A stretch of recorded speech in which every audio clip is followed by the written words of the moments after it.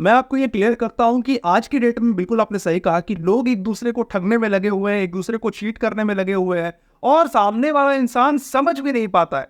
वो अपने आप को स्मार्ट समझता है, लेकिन नहीं, उनसे भी स्मार्ट लोग हैं जो ठगने की प्रैक्टिस कर चुके हैं। लोगों को हानि पहुंचाने के लिए, लोगों की लाइफ को बुरा बनाने के लिए वो लोग ना प्लानिंग प्लॉटिंग में लगे होते हैं। हर जगह है, कॉलेज फ्रेंड्स, चाहे तो आप पॉलिटिक्स में जाओ या फिर आप चाहे तो अपने ऑफिस पॉलिटिक्स में जाओ, हर जगह आपको ऐसे लोग मिल जाएंगे जो आपके पीछे पड़े हुए हैं। और ज्यादातर ये सारी चीजें ना रिलेशनशिप्स में भी हो रही हैं। गर्लफ्रेंड बॉयफ्रेंड एक दूसरे को चीट करने में लगे हुए हैं, लेकिन दोनों को पता नहीं कि वो एक दूसरे को चीट कर रहे हैं। दोनों एक दूसरे को बेवकूफ बना रहे हैं, या फिर लड़की लड़के को बेवकूफ बना रही है, या लड़का लड़की को बेवकूफ बना रहा है। ये सारी चीजें आप कैसे पता करें? किसी के मन की बातों को पढ़ना बहुत टफ है जब तक आपको उसके बारे में जानकारी नहीं है। आज मैं आपको बताऊंगा कि कैसे आप अपने सामने वाले इंसान की मन की बातों को पढ़ सकते हैं। अगर आप किसी के मन की बात को पढ़ना समझ गए ना, तो आप उसकी हर चाल के लिए प्रिपेयर्ड हो जाएंगे। हर तरीके से आप अपने आप को सेफ सिक्योर कर लेंगे और जीत आपकी मुट्ठी में होगी, क्योंकि आपके पास सबसे पहले ये चीज आ चुकी होगी कि वो सामने वाला इंसान शतरंज की कौन सी बिसात बढ़ाने वाला है। सो गाइस, ध्यान से सुन लेना। आज मैं आपको बताऊंगा एक स्टोरी के माध्यम से, एक कहानी के माध्यम से आपको समझाने की कोशिश करूंगा कि कैसे आप किसी के मन को पढ़ सकते हैं, समझ सकते हैं, बहुत ही साइंटिफिकल वे में। बहुत साल पहले की बात है। दो भाई थे, ठीक है। दोनों भाई किसान थे। एक भाई जो बड़ा भाई था, वो जो था ना, वो अंधा था।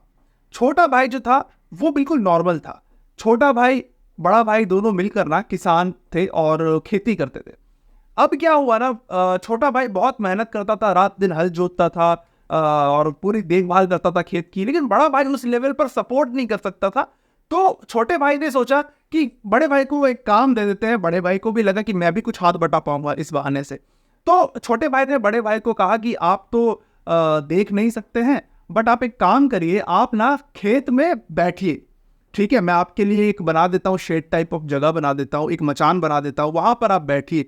आप सुनिए और ध्यान दीजिए कि कहीं कोई जानवर घुसकर हमारे खेत को डैमेज तो नहीं कर रहा है, खेत को हानि तो नहीं पहुंचा रहा है, हमारे लगाई हुई फसल को बर्बाद तो नहीं कर रहा है।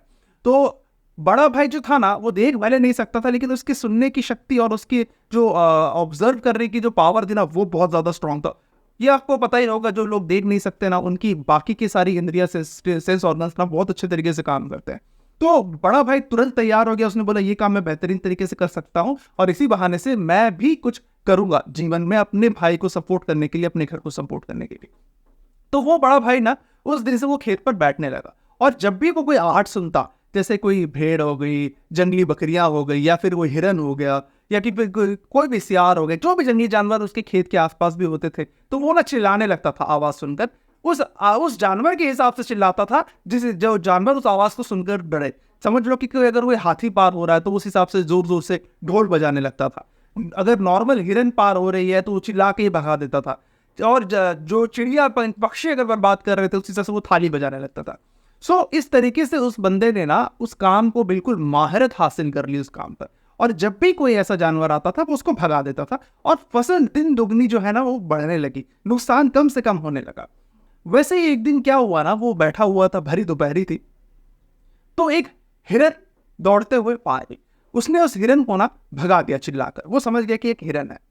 थोड़ी देर बाद उस हिरन के पीछे पीछे राजा का पूरा काफिला जो शिकार करने निकला था, पूरा काफिला जो है ना, वो उस खेत में घुसा। राजा ने बोला कि मैंने तुम्हें देखा उस हिरन को भगाते हुए, तुमने उस हिरन को क्यों भगाया? तो राजा बोलता है कि सेनापति, इसको गिरफ्तार कर लो, बड़े भाई को।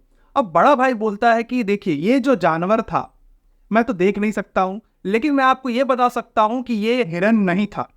राजा बिल्कुल चौंक गया इस बात को सुनते हुए। और राजा को ना, क्योंकि देखो, जो नेगेटिव इंसान होता है ना, वो नेगेटिव पहले सोचता है। तो राजा ने सोचा कि ये इंसान देख नहीं सकता है, इसको कैसे पता चला कि ये एक हिरन है? पहली बात। ऊपर से राजा ये देख रहा है कि मैंने तो हिरन को देखा ऐसे भागते हुए, ये इंसान ये हिरन नहीं है, ये मना क्यों कर रहा है? इसका मतलब ये सच में अंधा है। तो राजा ने उसको पूछा कि तुम बताओ मुझे कि तुम ये कह रहे हो कि ये हिरन नहीं है, साबित करो कि तुम बता सको कि ये हिरन नहीं है। तो वो बड़ा भाई कहता है कि राजा साहब, ये हिरन नहीं बल्कि एक हिरनी थी। राजा हंसने लगा, बोला कि एक अंधा होकर तुम उसका लिंग बता सकते हो, उसका जेंडर बता सकते हो कि वो हिरन था कि हिरनी थी। उसके बाद राजा ने बोला चलो वो हिरन थी हिरनी थी मुझे इससे फर्क नहीं पड़ता, लेकिन तुमने मेरे शिकार को भगा दिया, मेरे शिकार को मुझे शिकार करने से रोका, अड़ंगा डाला, तो ये देखा जाए तो एक राजद्रोह है। तो वो सेनापति को बोलता है इसको गिरफ्तार कर लो। तो फिर बड़ा भाई अचानक से कह उठता है कि राजा साहब, मैंने आपकी गरिमा को बढ़ाया है और आपको एक पाप करने से बचाया है। तो राजा बोलता है मुझे ऐसा कौन सा पाप करने से तुमने बचा लिया। तो राजा को उस बंदे ने बोला कि ये जो हिरन था, ये हिरनी जो थी, ये आपके लायक नहीं थी। अब राजा बोलता है कि इंटरेस्टिंग सब्जेक्ट है, तो राजा को थोड़ा सा इंटरेस्ट जागा और उसने पूछ डाला उससे, बताओ मुझे कि आखिरकार ये हिरनी मेरे लायक क्यों नहीं थी, जो कि तुम्हारे कहने के मुताबिक हिरनी थी। तो बड़ा भाई बोलता है मैं समझ गया, ये सिर्फ हिरनी ही नहीं थी बल्कि ये एक गर्भवती हिरनी थी।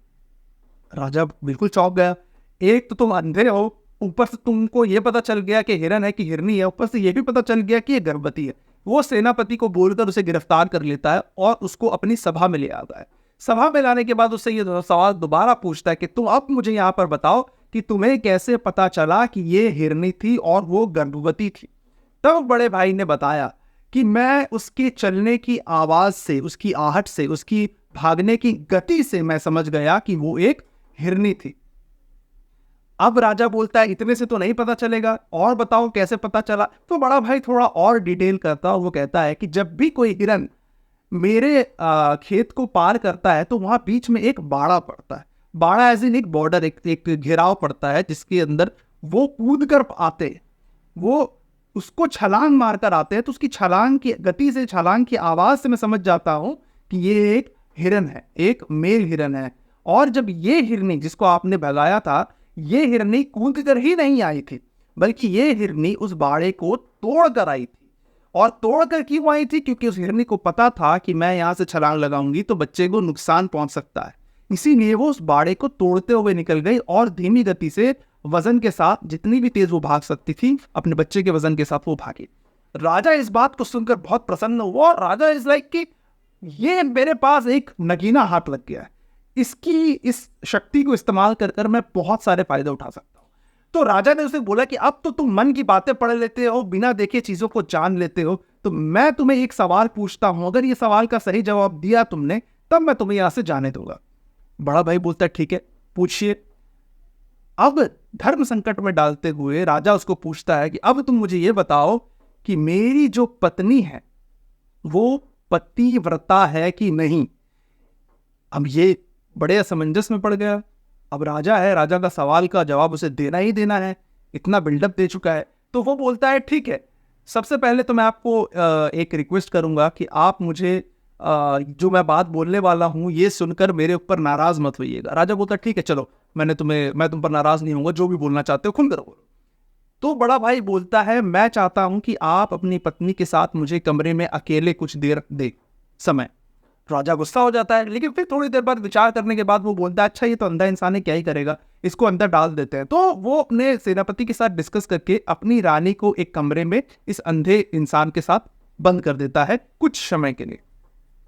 अब कुछ समय बाद अंदर में ये अंधा इंसान उस रानी को कहता है कि महारानी साहिबा, मैं आपको स्पर्श करना चाहता हूं। ये सुनते ही रानी आओ ना देखती है ना ताओ देखती है और वो इसे पीटने लगती है। अंधे इंसान को बहुत ज्यादा मारती पीटती है और मारने पीटने के बाद दरवाजा धकेल कर खोल देती है और वहां से दौड़ते हुए भाग जाती है।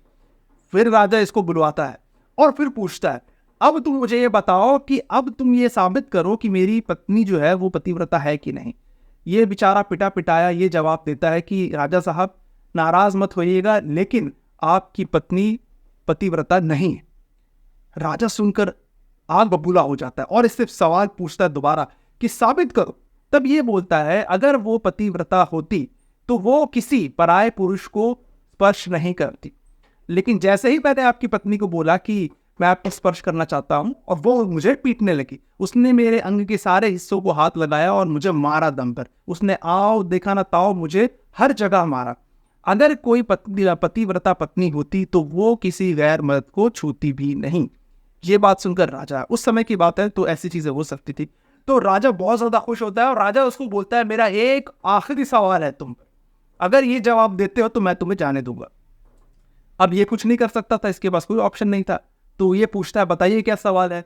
तो राजा इसको पूछता है कि अब तुम मुझे ये बताओ कि मैं अपने पिता का पुत्र हूं कि नहीं। एक बड़ा सवाल, इससे राजा का मुकुट खतरे में है। ये कहता है कि ये तो बहुत ही छोटा सा सवाल है और बहुत ही इसका उत्तर तो मैं आपको यहीं खड़े खड़े दे सकता हूं। तो राजा चौंक जाता है, बोलता जवाब दो। तो ये कहता है कि आप के ऊपर एक कंजूस सेठ का साया है। ये सुनते ही इसकी पैरों के नीचे से जमीन निकल जाती है और ये दौड़ता हुआ अपनी माँ के पास पहुंचता है, तलवार लेकर अपनी माँ को बोलता है कि माँ मुझे बताओ आखिर मैं किसका पुत्र हूं, अगर सही जवाब नहीं दिया, अगर मुझे इसका उत्तर नहीं मिला तो मैं अपने आप को ही मार लूंगा। तो माँ उसको बोलती है बेटा तुम्हारे ऊपर एक कंजूस सेठ का साया है। ये बात सुनकर वो चौंक जाता है और पूछता है ऐसा कैसे हुआ। तो उसकी माँ बोलती है जब मैं गर्भवती थी तब मैं एक आईने को देख रही थी और उसमें उसकी छाया में मेरे पीछे खड़े एक कंजूस सेठ को मैंने देख लिया था, उस समय से तुम्हारे ऊपर उसका साया है। राजा ये सुनता है, तलवार फेंकता है और भागते हुए इसके आके चरणों में गिर जाता है अंधे भाई के और बोलता है कि महाराज आप तो परम ज्ञानी हैं, आपको कैसे पता चला कि मेरे ऊपर एक कंजूस सेठ का साया है।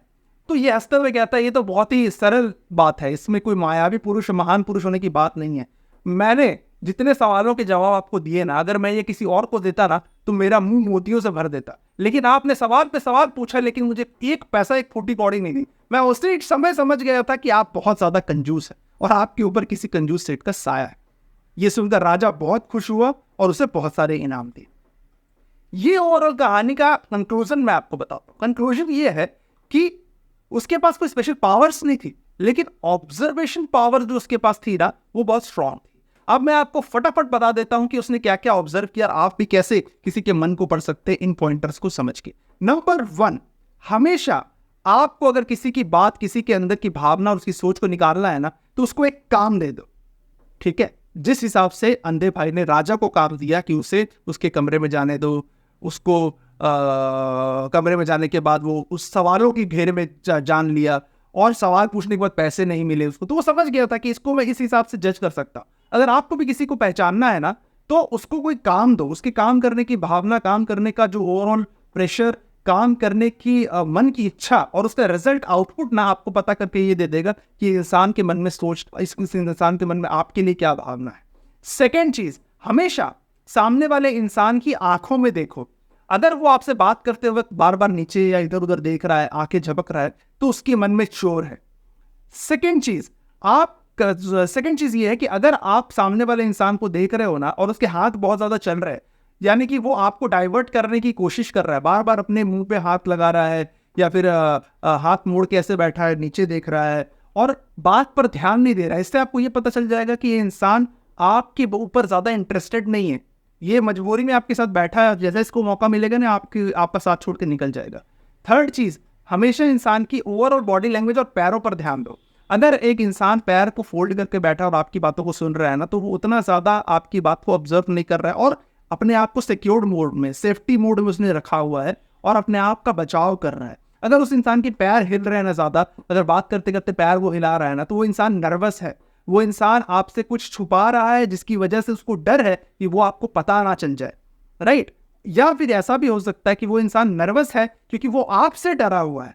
तो इन सारी चीजों को अगर आप पढ़ोगे ना तो आपको कोई भी मायावी इंसान या महान इंसान बनने की जरूरत नहीं है। जस्ट अपने ऑब्जर्वेशन पावर पर काम करो, आप किसी भी चीज को क्रैक कर लोगे, किसी के भी मन को समझ जाओगे।